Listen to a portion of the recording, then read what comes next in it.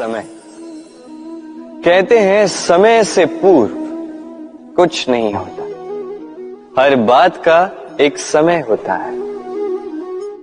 समय से पूर्व न सूर्योदय होता है न सूर्यास्त होता है। समय से पूर्व पौधों में न पुष्प खिलते हैं न फल। किंतु एक बात सोचिए, यदि वर्षा आने से पूर्व किसान भूमि न जोते, वो बीज ही ना पिरोए, तो क्या फसल उगेगी? यदि योद्धा युद्ध से पूर्व अपने शस्त्र ही ना परखे, तो वो युद्ध कैसे लड़ेगा?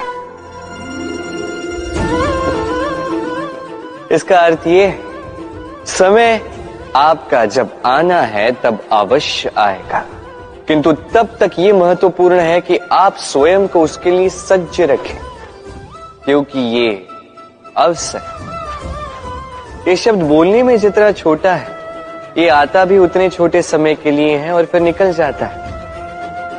अब यदि अवसर आपके हाथ आ जाए और यदि आप उसके लिए सज्ज ही ना हो, तो आपको सफलता कैसे मिलेगी?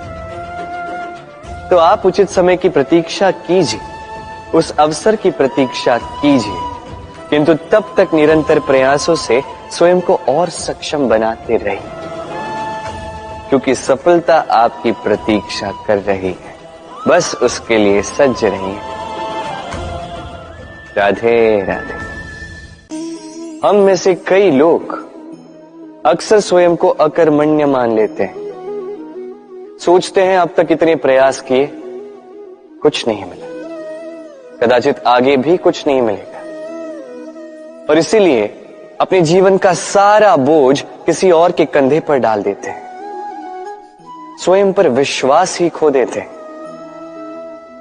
क्यों नहीं समझ पाते ये बात कि जब तक पांव में कांटा नहीं चुभेगा, व्यक्ति को ज्ञात कैसे होगा कि आगे नीचे देखकर चलना होगा।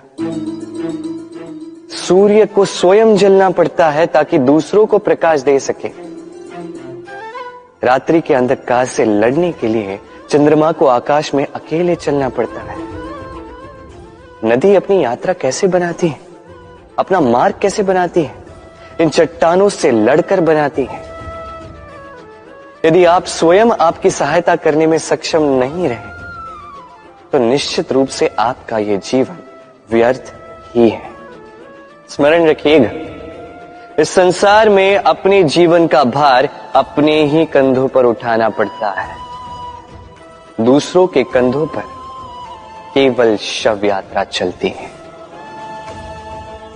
और इस संसार में जीवित वही है जो आत्मनिर्भर है।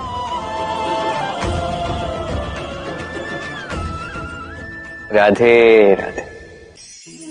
हम सभी कुछ न कुछ पढ़ चुके हैं, कुछ न कुछ सीख चुके हैं, किंतु ये ज्ञान का केवल प्रारंभ है।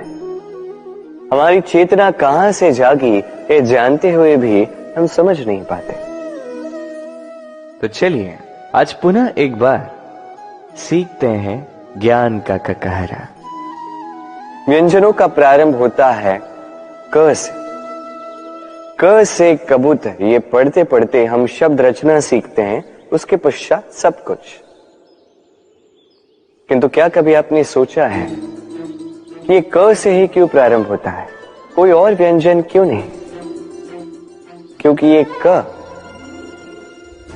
दर्शाता है करुणा। करुणा जो सबसे महत्वपूर्ण भाव है।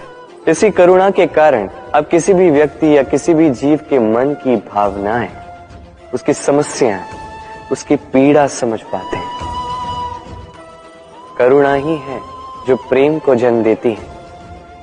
करुणा ही है जो विवेक को जागृत करती है। तो क से करुणा यदि आप सीख गए, तो ज्ञा से ज्ञानी बनने में अधिक समय नहीं लगेगा। राधे राधे।